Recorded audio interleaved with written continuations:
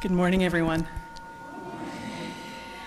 I'm Reverend Linda Susan Ulrich, and I serve this congregation as the minister. So welcome to all of you on this most wonderful day of the year. As you may be able to tell, I'm a fan. I'm also a black and white photograph.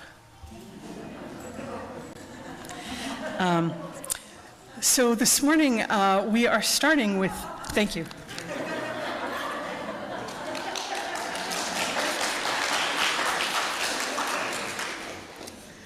He's always got my back. It's great.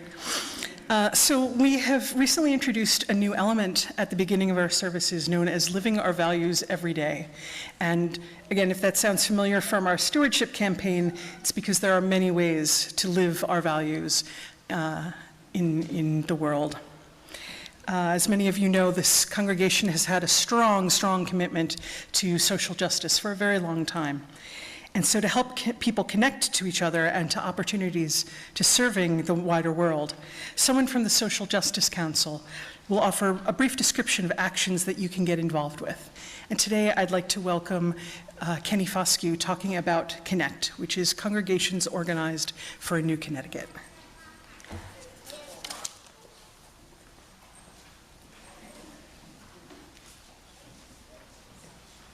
I don't know, it's pretty scary up here.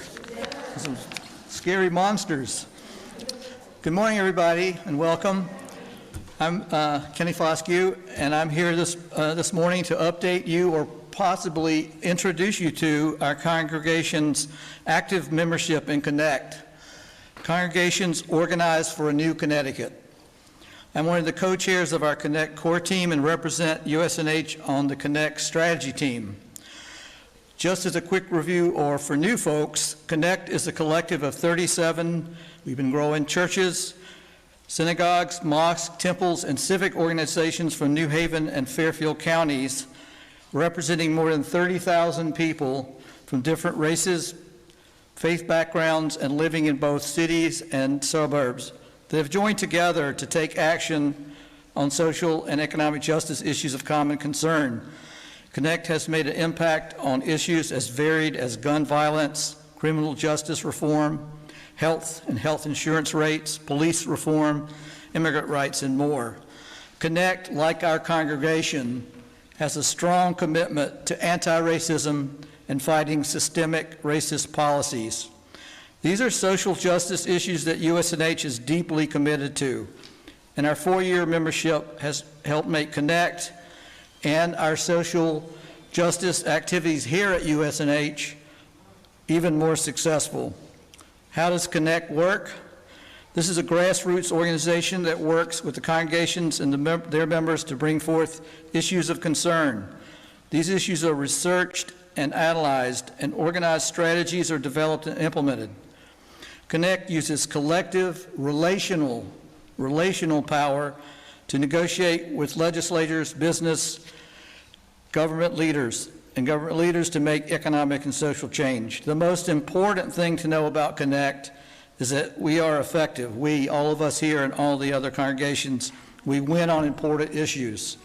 And here are 2 recent victories you may have heard of, but just to remind you, during this past state legislative session, Connect and other allies won 2 major legislative victories. After a 3-year effort, the legislature passed a strong clean slate bill. This new law, which goes in 2023, will automatically expunge the criminal records of certain convictions for individuals who remain free of the criminal justice system so they can rebuild their lives and reunite with their families. The bill includes low-level felonies, which makes this one of the strongest state clean slate laws in the country. Why is this legislation so important? It is a major tool in reversing the effects of the mass incarceration of black and brown people. Also, Connect was instrumental in getting a health equity bill passed to address health disparities in Connecticut.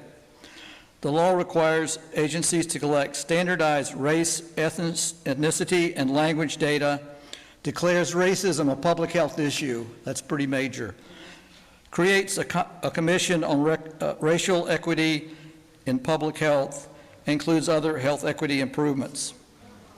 So Connect is having its 10th anniversary celebration on November 30th this year, and the plans are being made now, so keep on the lookout. And if you want to find out more about Connect, you can go to our website, Social Justice, or talk to any of us on the core team. And thank you very much.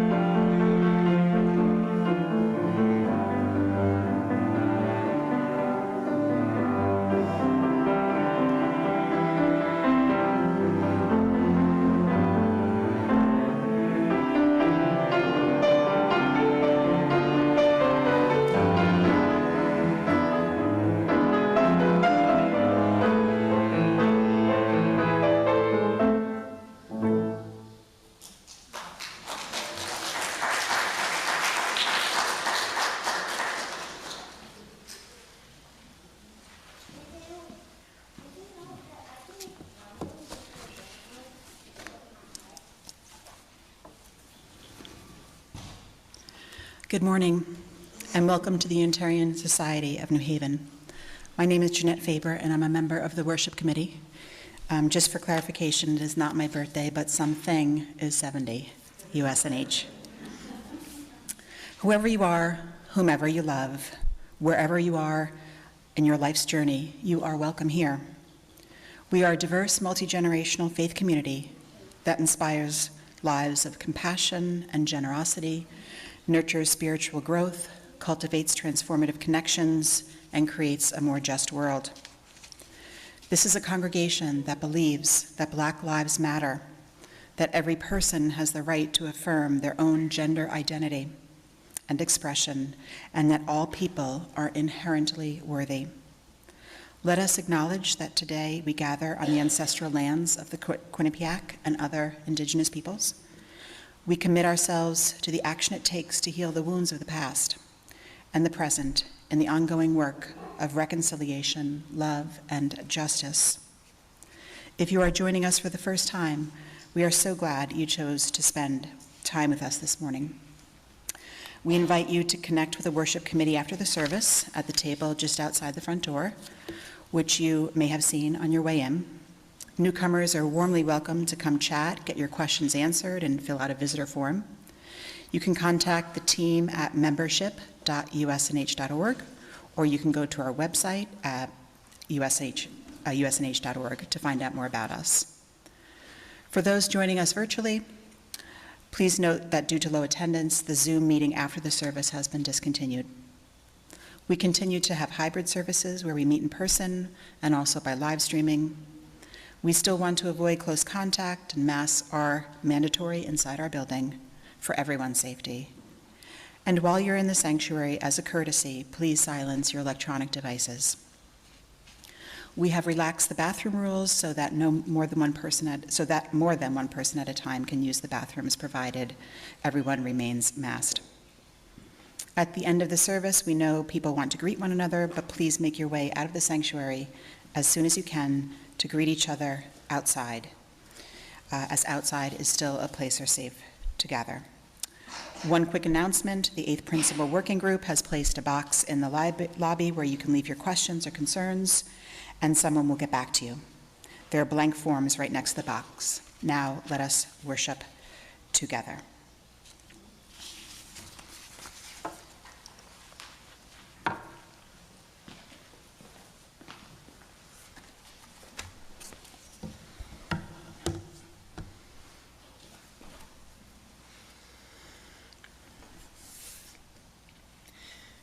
We gather together this morning because others came before us. Some have left examples for us to follow, others lessons for us to learn from. The paradox is that many have left both pain and joy. We honor our ancestors this morning not because they are perfect, but because without them, we would not be here together, sharing our joy, our pain, our living, and our dying.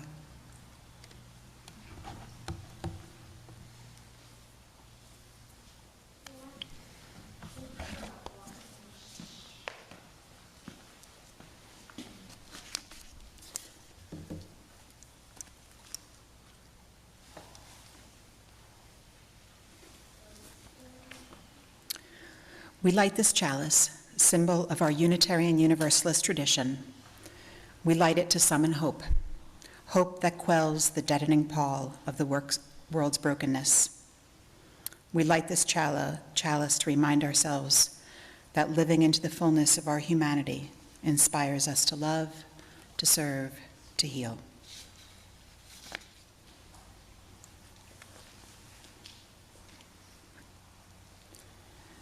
Covenant lies at the center of how Unitarian Universalists gather in community. We are united not by a particular set of beliefs, but by the promises we make about how we will be together, how we will treat each other, and how we will seek to mend relationships when we fall short of our aspirations. While the following words express our intentions in writing, our true covenant lives and breathes in our actions. Please join me now in reciting the words that appear in your order of service or in the chat on the live stream. We covenant together to create and nurture a culture of respect and kindness, and to engage in the spiritual and everyday practice of loving more generously, To this end, we will strive to be more open, value differences, listen deeply, use kind language, speak our truths, work with conflict, seek humor and joy.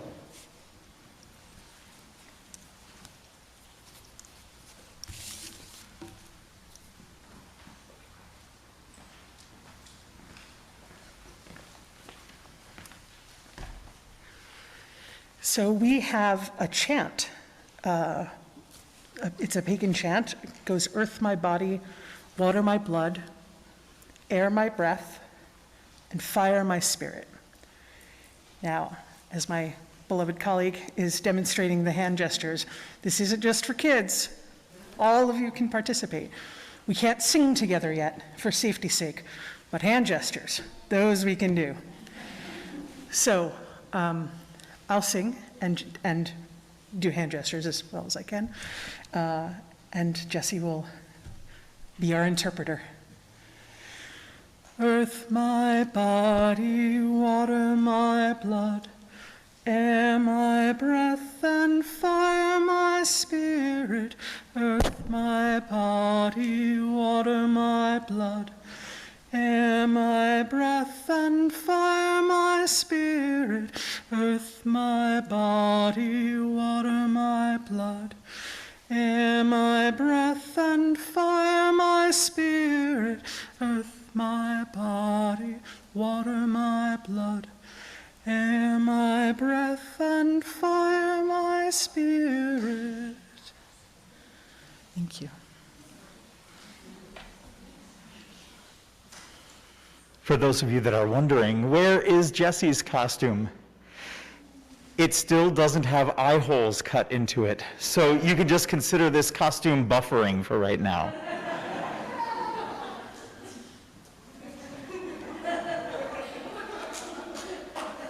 I wanted to share with you a story this morning that's going to help us think about our activity, because the children are going to come outside with me in a couple of minutes and help make some art before our Halloween party following the service today. So this is a story that happened not too far from here. There was a young boy named Elias. And Elias had always loved his pet cat, Barney. But when this story starts, it's actually a very sad day for Elias, because Barney, who was 25 years old, had finally died, just the night before this story begins. And so when we start our story, Elias is up in his room and he is crying. And he is trying to make sense of the absence of his cat, Barney, in his life. And he's asking all sorts of questions. What has happened? Why did Barney have to die?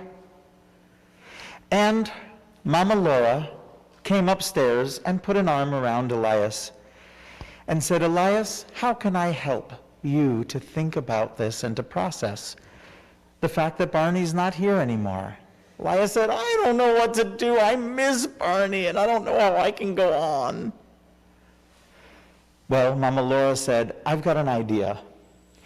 Tomorrow, why don't we have a little funeral for Barney? We'll lay Barney to rest out underneath the giant willow tree that's out in our backyard. And I'd like you at that service, at that funeral that we have, to share 10 good things about Barney, 10 things that you loved. And so Elias said, okay, maybe that'll make me feel better. So Mama Laura went back downstairs, and Elias sat down at his writing desk and began to write a list. 2.5 hours later, well past normal bedtime, Elias had come up with a wonderful list of 9 things that he loved about Barney. But for all of his efforts, he could not think of a 10th thing. He had his list, and he read it over and over and over again, and it just still had 9 things on it. And so he felt very incomplete, and that was how he went to sleep Well, he woke up the next day. The next day was Saturday. And he and his moms went outside. And they went out to the willow tree and they dug a deep hole and they laid Barney in that hole. And then Mom said, "Would you like to share your list?" And Elias just began to cry. Cry and cry and cry. And Mom said, "What is it?" "Well, I could only think of 9 things about Barney. I have my list here and it's incomplete." "Well, why don't you tell us the ones that you do have?" So Elias said, "Okay, I love the fact that Barney was cute, he was cuddly, he was really good at keeping us free of mice. I like that he didn't get too many birds. He always warmed me up on cold days. He was a good listener. He always let me play dress up with him. And he was a really good sleeper. And also always cheered me up when he would purr." But that's it. I can't think of the 10th thing. You know what? For now, 9 is okay. Maybe the 10th good thing about Barney will be something that you'll think of later. So it was that way that they laid Barney to rest, and they covered Barney up with soil. And then the next day, Elias was sitting around the table, and a neighbor came over, a little girl named Sarah. And Sarah was sitting at the table, and Elias began to say, Sarah said, "What is wrong?" Because she could read in Elias's face there was a sadness. And so Elias shared, he said, "I'm really sad because Barney is gone. He's dead." And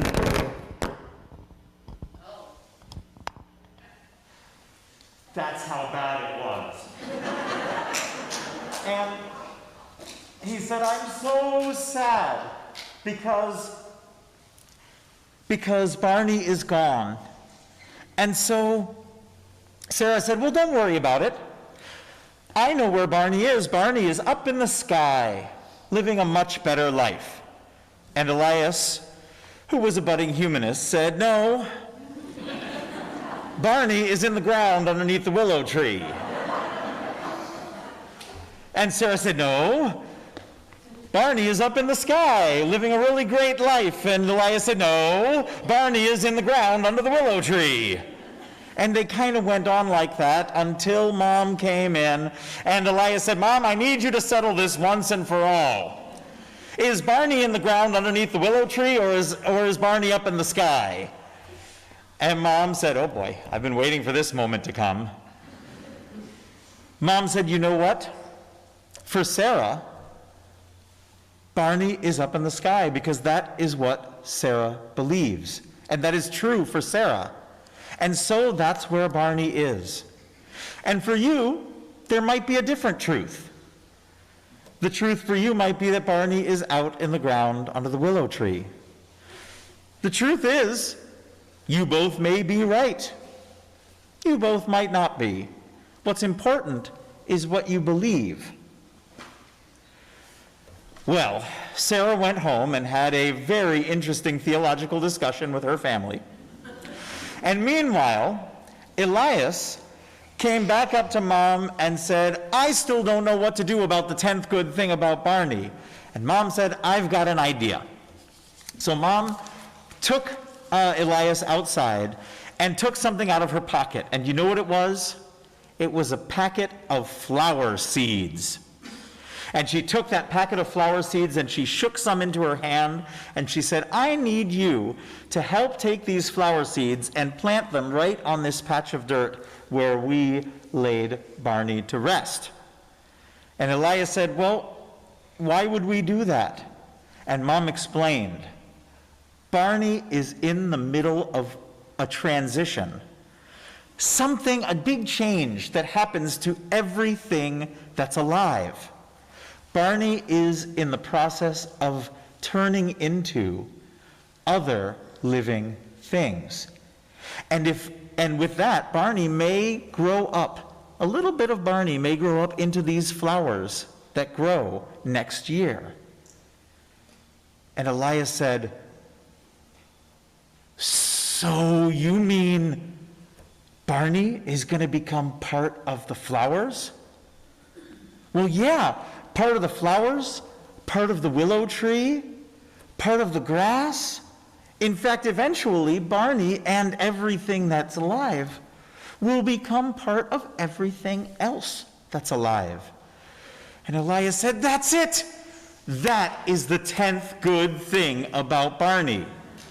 Barney is flowers.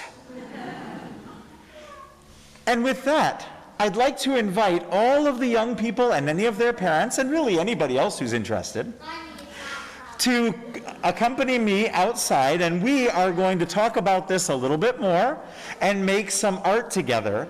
But first, we have an altar that's up here to remember all of our blessed ancestors. And so first, if any of the children here have brought a memento, a picture or something to remember a blessed loved one, I'm going to invite you, just the children first, to come up and light a candle either here or at the table, and to lay your memento on the table and come outside. And then the adults will have a chance to afterwards. So children, would you please stand up and come lay your items? All children.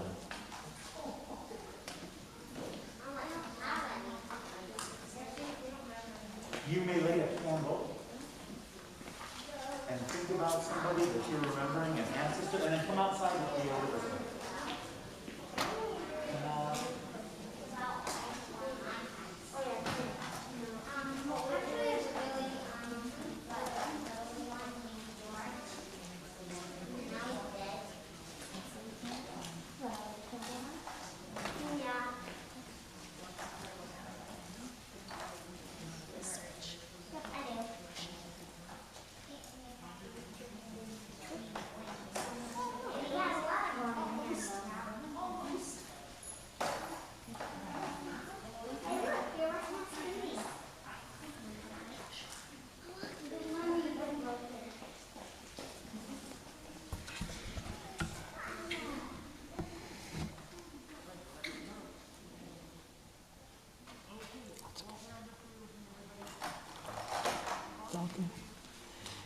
It's all good.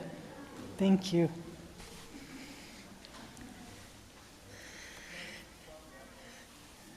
So I'd like to invite any of the adults who have brought something from for the ancestor altar. Maybe we'll start on this side, and anyone can come down, or maybe this half. If you think I'm talking about you, then I'm talking about you.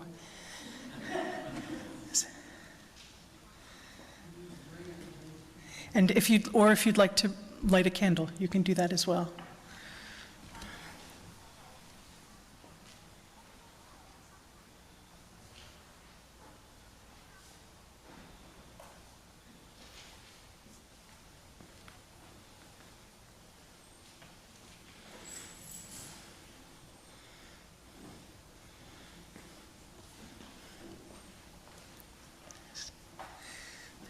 There's a tray over here as well.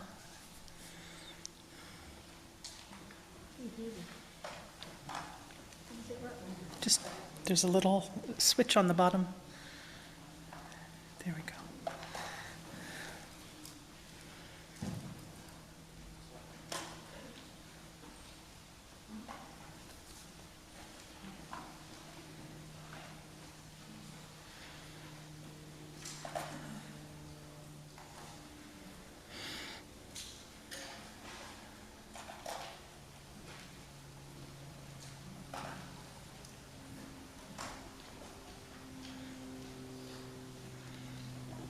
Now folks from this side are welcome as well, for the altar or for candles, or both.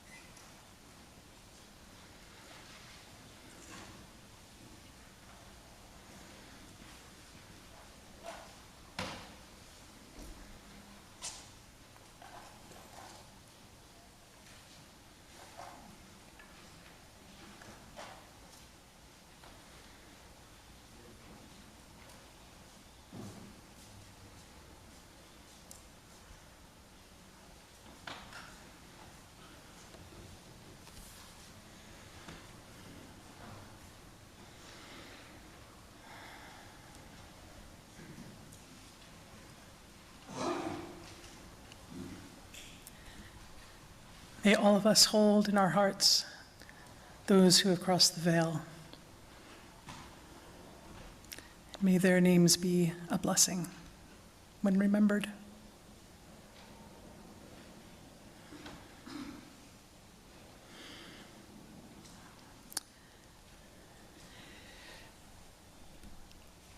Many in this congregation hold sorrows so heavy that it is helpful for others to help carry them. Some have joys so great that there's nothing that can help them but to share that joy and to be together in that with others in their community. Today I have two things to share from the community. Kathy Jackson had a fall after knee surgery and is recovering at the Willows Rehab Center in Woodbridge. She welcomes calls, cards, and visits. Please call her cell phone to arrange a time. You'll be asked to show your vaccination record. There's a maximum of 2 people for up to half an hour. Christine Smith shares, I want to express my deep gratitude to the USNH community for the support I have received during this difficult time after Ron's passing. I so appreciate all of the calls, cards, and offers for help, and for all of the support and concern offered at the open house memorial for Ron on Saturday. Thank you so much for being there for me and my family. All of these are shared with the blessing of those involved and shared in community as a sacred holding of what we hold together.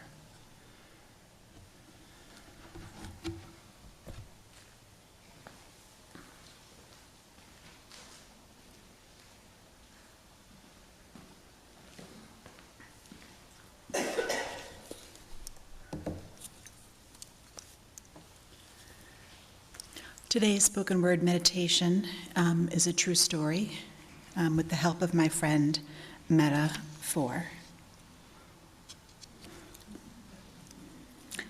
Death is not some other side, some beyond, some future unknowingness.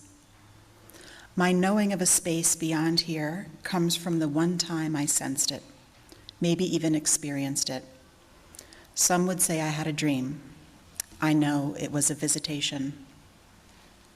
Decades after she died, she came to me. Her name was Celestine, which means heavenly, my father's mother. High cheekbones and bottomless brown eyes, precise in her words, reserved in her manners. It was my first deep loss. Perhaps she came to visit me like I had visited her on countless mornings, entering her house across the street from my childhood home, preparing her tea, pouring it into a white porcelain teapot, placing it next to her chair, then trepidatiously proceeding down the hall to peek into her bedroom, to ensure, though terrified, that she was still among the living. But she was never so living as when she visited me after she died. We met in some celestial place, feeling selfless, suspended in a great everlastingness, where gravity did not exist, but where timelessness did, in some great beyond. Yet it was as if a non-existent gravity found a way to pull us together, right up to each other's faces.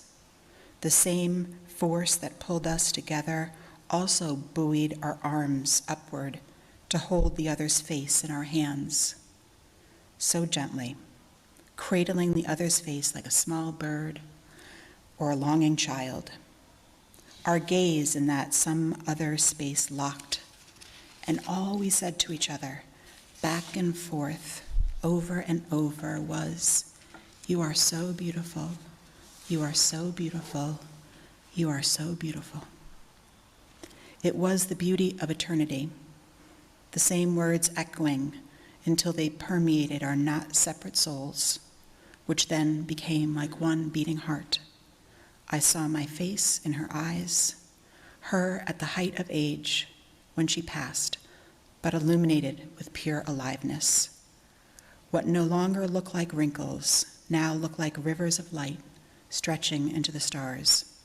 A light so bright, I knew the light of my own soul, that the grave and what we call death is really lustrous ebullience that echoes into eternity.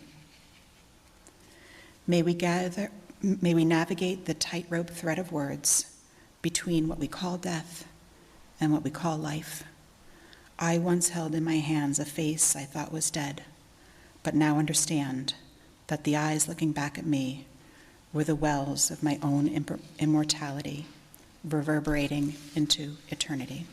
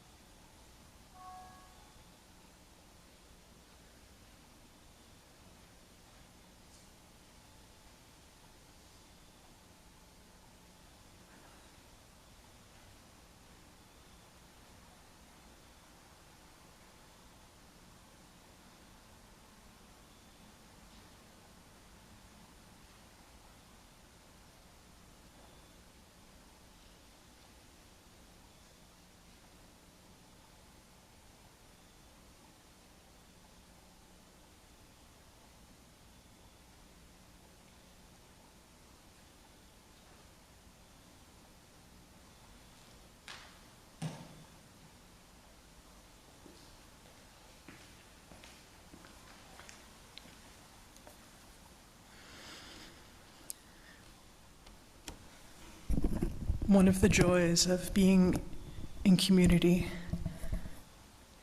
is hearing, really hearing what matters to each other. We have a place where we know that our experiences are important, where we don't just write off the things that happen, but that we can find meaning in them. This is part of why we come together as a spiritual community, is to make meaning together.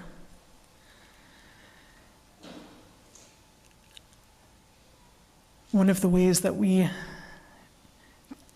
make that happen is through our generosity.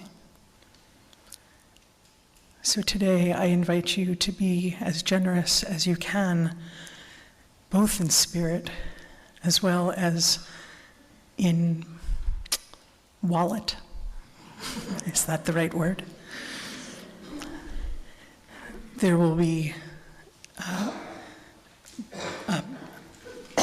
there will be plates at the back of the sanctuary at the end of the service.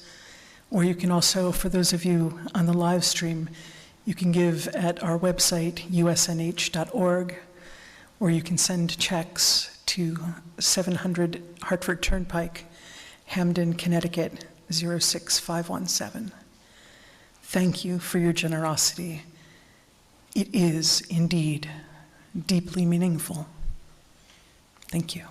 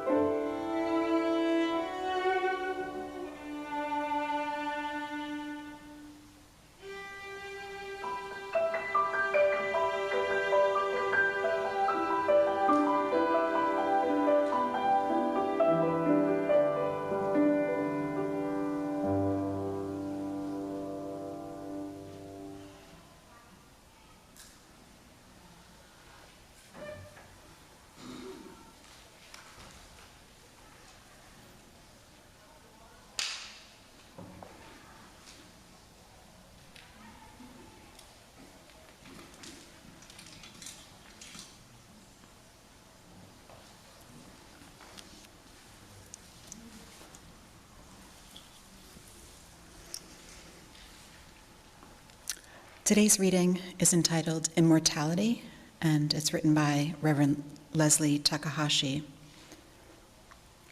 In the daily weaves of our lives, those who have died are still strong, guiding threads. Theirs is the golden glimmer, or perhaps the brilliant red or the melancholy blue. Still, they are part of the whole cloth of our lives.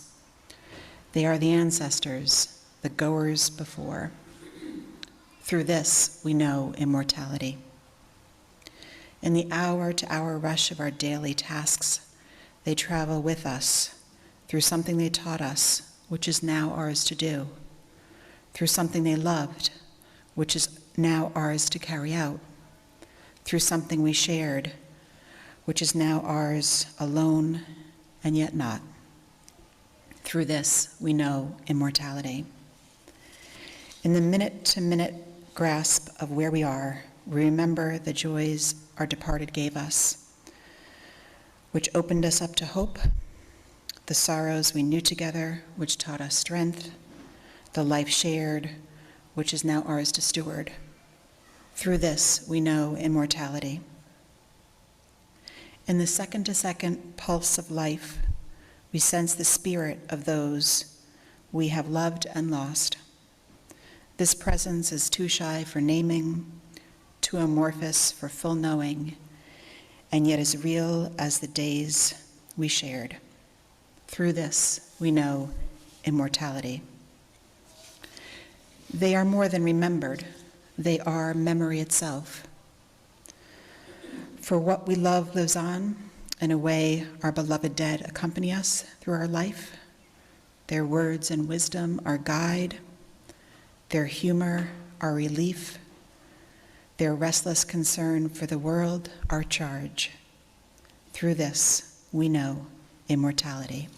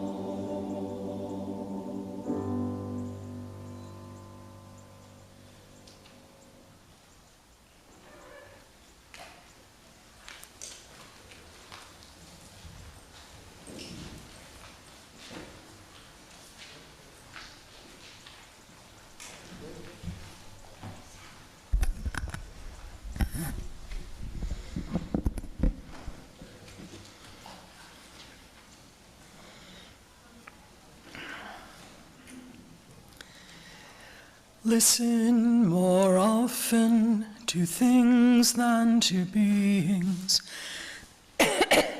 Listen more often to things than to beings. 'Tis the ancestors' breath when the fire's voice is heard.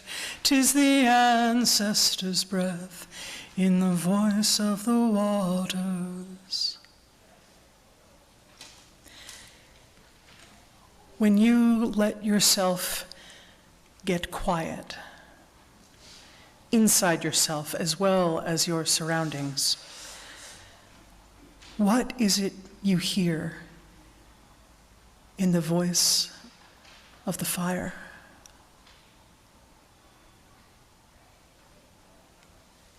Of the waters?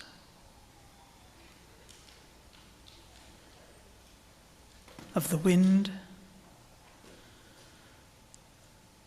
Of the rocks? Of the stars?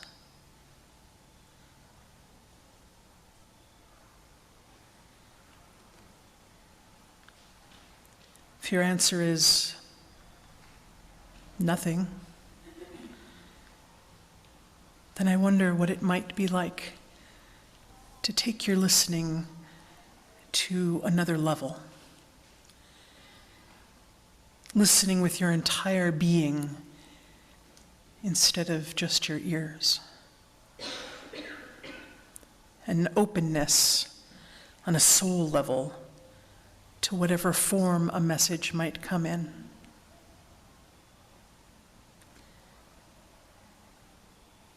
Have you ever felt as though a loved one who had died was nearby? Or perhaps visited someone in a dream that was so real that when you woke up, it took a moment to remember that the person was dead? Or maybe you felt an uncanny connection to a figure in the past.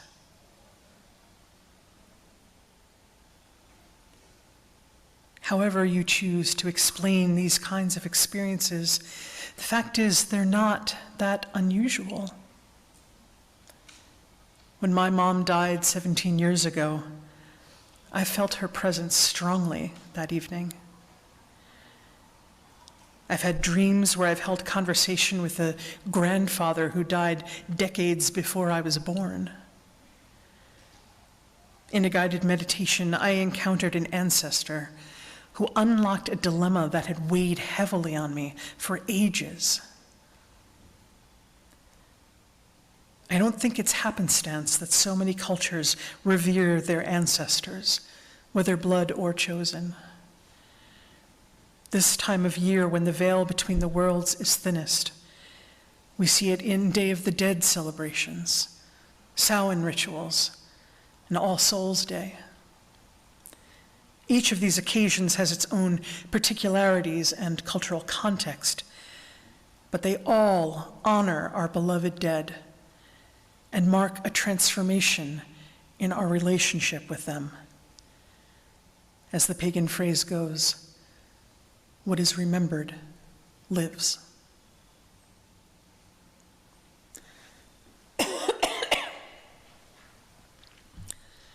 Those who have died have never, never left.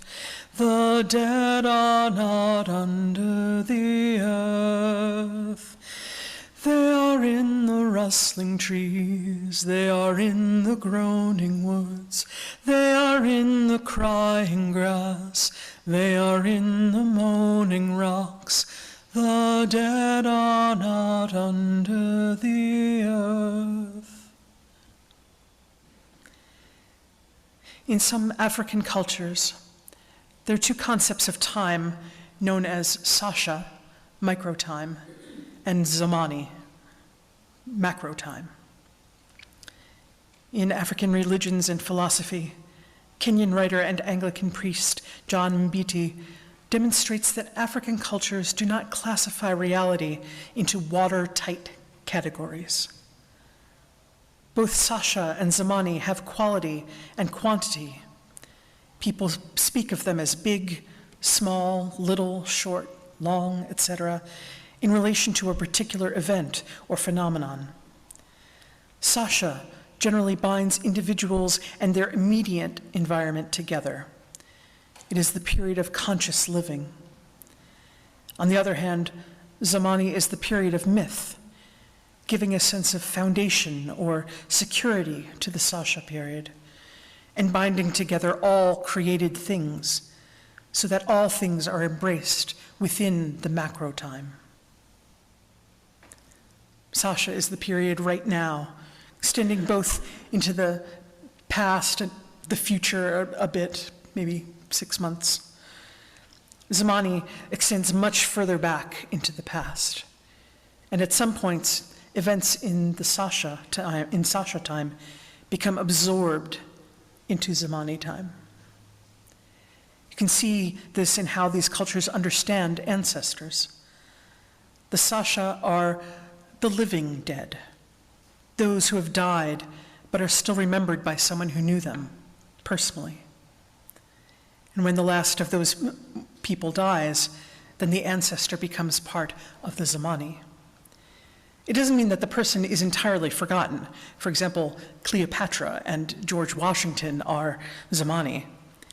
It's just that they've entered a deeper realm of time. Those who have died have never, never left. The dead have a pact with the living. They are in the woman's breast. They are in the wailing child. They are with us in our homes. They are with us in this crowd. The dead have a pact with the living. If you heard last week's sermon on humanism, you may remember that I spoke of there being many different types of humanism. And one of those is African humanism, which South African activist, professor, writer, and philosopher Eskia Pachlele developed across much of his writing. Areas we share with Western humanists, he writes, amount to the value and love of life which we cherish, openness of mind, love of self, which refuses to be shackled in stifling, suffocating codes of conduct laid down by some authority who commands obedience, and a conscience that emerges from one's own character as a social being responsible to the community, rather than a conscience that is built on the fear of authority.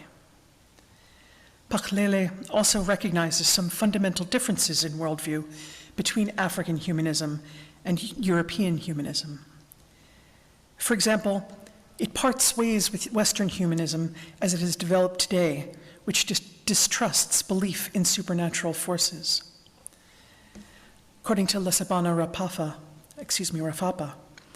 whose doctoral thesis on African humanism in the narrative works of Pachlele, the authority of religion in human affairs is defined differently in European and in African worldviews, emanating from their profoundly different conceptions of religion.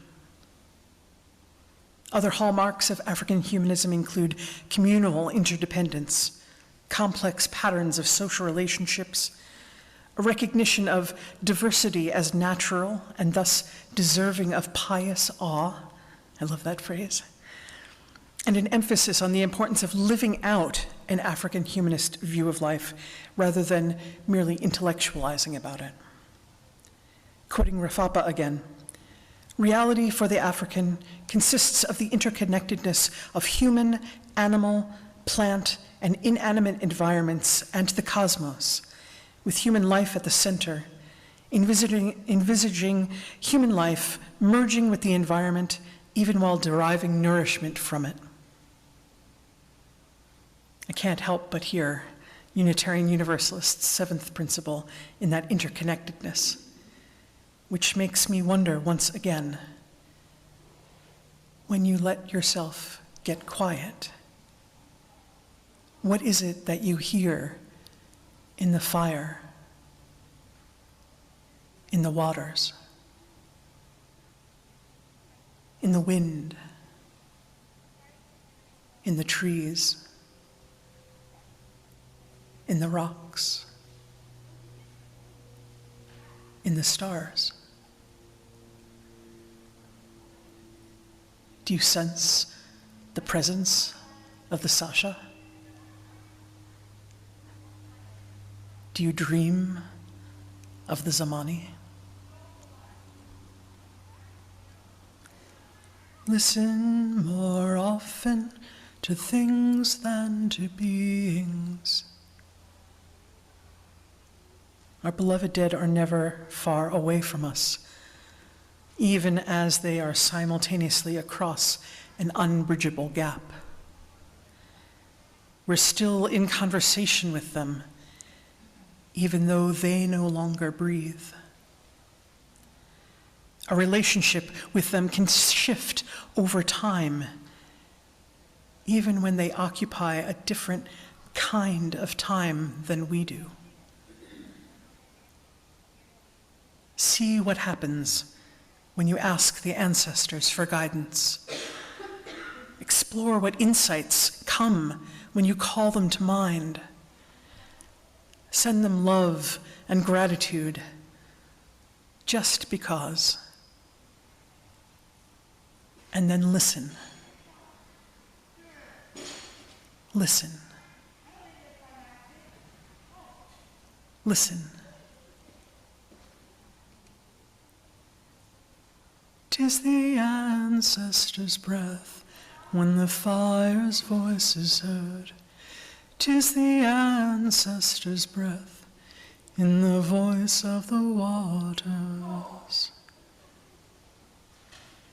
Amen, Ashe, and blessed be.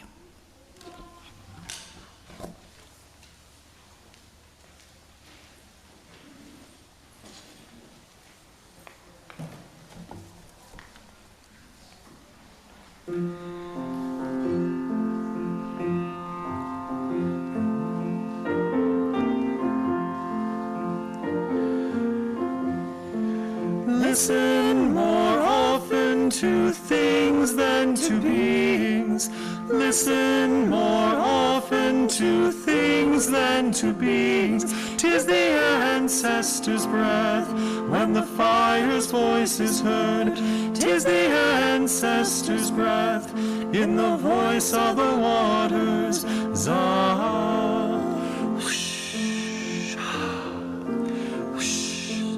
Those who have died have never, never left.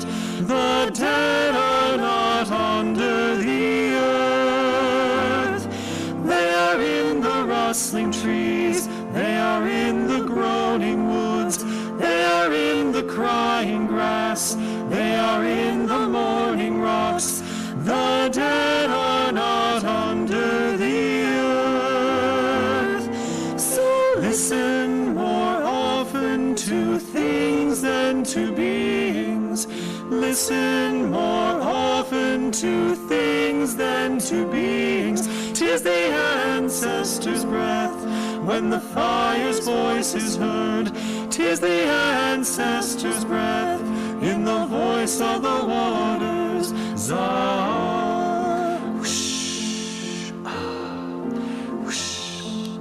Those who have died have never, never left.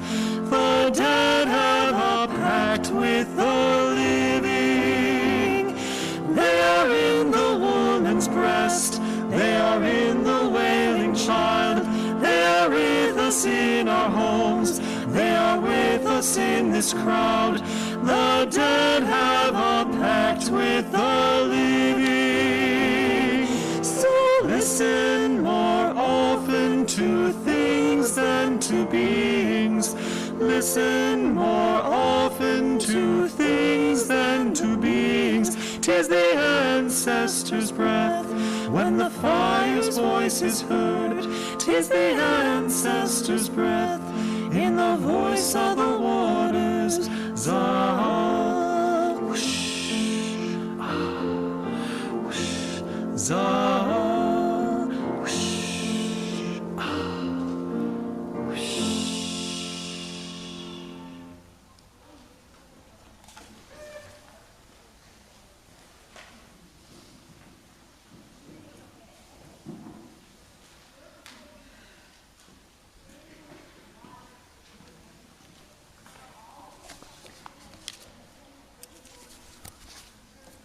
As we prepare to leave, I invite you to exit through the back doors and into the Memorial Garden to look at what the children have created there, and then to join the Halloween party out front afterwards. And please remember to collect your item from the altar before you head home. Now let us say together the words we use to extinguish the chalice, which you can find in your order of service. We extinguish this flame, but not the light of truth, the warmth of community, or the fire of commitment. These we carry in our hearts until we are together again.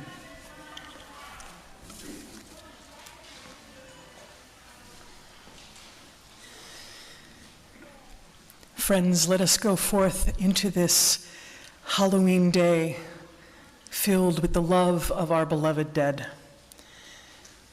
filled with those ancestors known and unknown who inspire us and inspire our living, who help us be indeed more alive. Let us do so with courage and with kindness and be a blessing to the world. Amen.